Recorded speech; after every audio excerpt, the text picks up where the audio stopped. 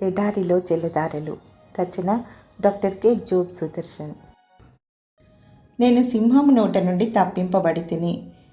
Timothy 2వ పత్రిక 4:17. అది నా యొద్ద నుండి తొలగిపోవలెనని దాని విషయమై ముమ్మారు ప్రభువును వేడుకొంటిని. కొరింథీ 2వ పత్రిక 12:8. దేవుడు పౌలును తప్పించలేదు. ప్రార్థించినప్పుడు మనకి స్వస్థత జరిగితే అద్భుతం జరిగిందంటారు. స్వస్థత జరగకపోతే విశ్వాసం చాలలేదంటారు. త్రోఫీము రోగి అయినందున అతన్ని మిలేతులో విడిచి వచ్చి తిని. తిమోతి 2వ పత్రిక 4:20 అంటున్నాడు పౌలు.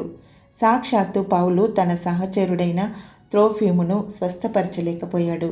వీటన్నిటిలో ఒక కీలకమైన సంగతి మర్చిపోతున్నాం. ఇక్కట్టులలో పడకుండా దేవుడు విడిపించగలడు, లేక ఇక్కట్టుల గుండా మనల్ని జాగ్రత్తగా నడిపించుకుంటూ యువతలకి తీసుకురాగలడు. శ్రమల్లో దాగిన సిరులు పరలోక సోపానాలు. శ్రమలు సహించిన వారమైతే ఆయనతో కూడా ఏలుదుము.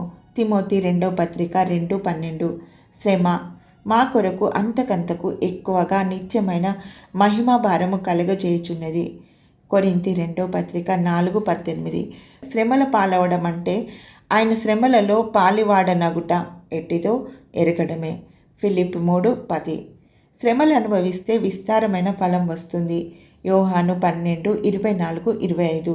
శ్రమలు వచ్చినప్పుడు దేవుని కృప మనకు చాలునన్న అభయం లభించి అపరిమితమైన తృప్తి లభిస్తుంది. కొరింథీ 2వ పత్రిక 12:9. అసలు శ్రమలు అనుభవించుటకే మనము నియమింపబడిన వారము. దెసలోనికయులు 1వ పత్రిక 3:4. శ్రమలు శోధనలు అనుభవిస్తున్న వారికి ప్రభువే సహాయకుడు. హెబ్రీ 2:18. శ్రమల్లో ఇన్ని సిరులున్నాయనేనేమో కొందరు విశ్వాస వీరులు మరీ శ్రేష్టమైన పునరుత్థానము పొందగోరి విడుదల పొందనుల్లక యాతన పెట్టబడిరి. హెబ్రీ 11:35. బాధలు కష్టం కలిగిస్తాయి. బాధలు పడాలని ఎవరు కోరుకోరు. బాధలు దాపురించినప్పుడు వాటి నుంచి తప్పించమని దేవునికి మొరపెట్టడం ఏ క్రైస్తవుడైనా చేసేదే. అయితే మన మేలుకై దేవుడు పంపించే బాధలను సహనంతో భరిస్తూ ఆయన చిత్తానికి లోబడడం మరింత ఉన్నతమైన ఆధ్యాత్మిక స్థితి కాదా? విశ్వాసి బాధల్లో ఉన్నావా? గుండెలు అవిసిపోయేలా ప్రార్థిస్తున్నావా?